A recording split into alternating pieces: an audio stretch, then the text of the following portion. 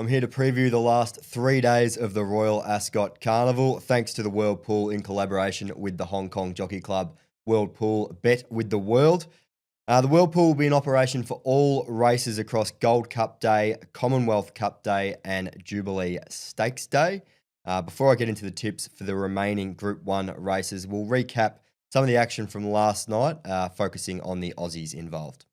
James McDonald was the only Australian jockey in action and he had 3 rides on the card. Crimson Advocate was up against star filly Cinderella's Dream in the Group 2 Duke of Cambridge Stakes and was around $20 in early markets. However, she was a massive firmer in betting, potentially the JMac tax kicking in there. Ended up jumping third favourite on the World Pool, so she was a huge go. McDonald had her back last, still had a mountain to climb at the top of the straight, but she went whooshka down the middle of the track, knocked off the favourite to land a decent betting plunge there. JMac has 5 rides on Thursday night, including Dubai Future in the Group 1 Gold Cup, the feature event. So let's have a look at that race now. The market has this as a race in 3 between Trawlerman, Candelarii and Illinois. I'm siding with the latter for the all-conquering Aidan O'Brien and Ryan Moore combination. He finished top 2 in 8 of his 10 career starts and was dominant, winning over 3,000 metres in France 2-back. He backed that up with a pretty soft win in a small field at Chester last start, beating Absurd, who finished 5th in last year's Melbourne Cup, beaten less than 2 lengths there.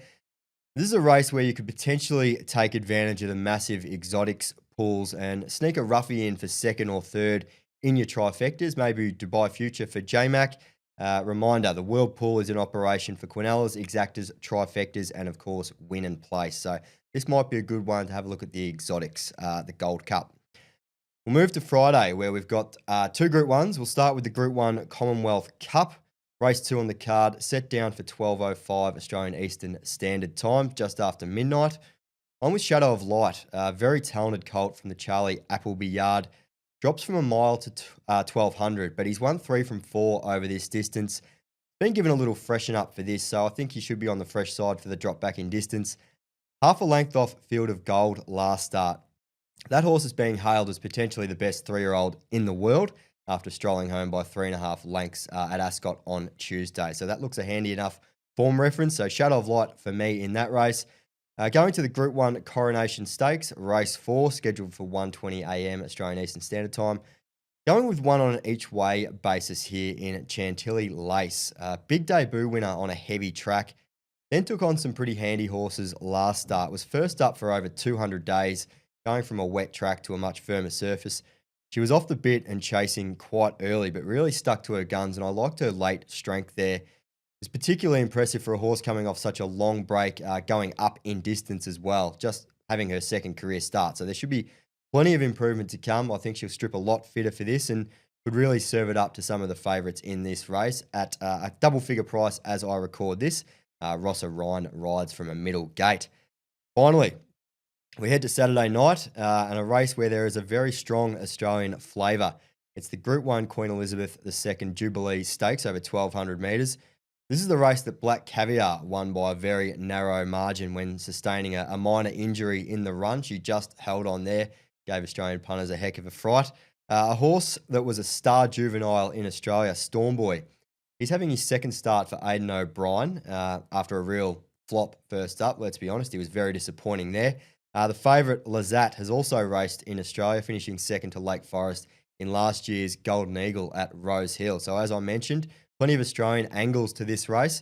I'm going a different way, though. I'm going with the Japanese galloper Satano Reeve, who caught my eye of late. The Japanese star brings Ka Ying rising form to this race. Finished only 0.6 lengths off that galloper over this distance in December. Also finished 2nd to him last start, beating home Helios Express, who then came out and won his next start. So very handy form. He's obviously raced really well in Hong Kong, so travelling and settling into a new jurisdiction, new surroundings, that's not a foreign concept for him. I know it's a bit of a longer flight from Japan to Newmarket, but he's used to travelling, used to settling into different places. So I think Satano Reeve is the horse to beat in the Golden Jubilee. Aidan O'Brien is a genius, but I couldn't possibly back Stormboy on what he produced first up. But you would imagine he was pretty underdone there, so there's improvement to come. That's it. for the remaining Group 1s at Royal Ascot. Been a huge week there. Hopefully a winner or two amongst that set. Reminder to take advantage of the inflated pools with the World Pool. And also thank you to the Hong Kong Jockey Club. Bet with the world. What's gambling really costing you? For free and confidential support, call the number on the screen or visit the website.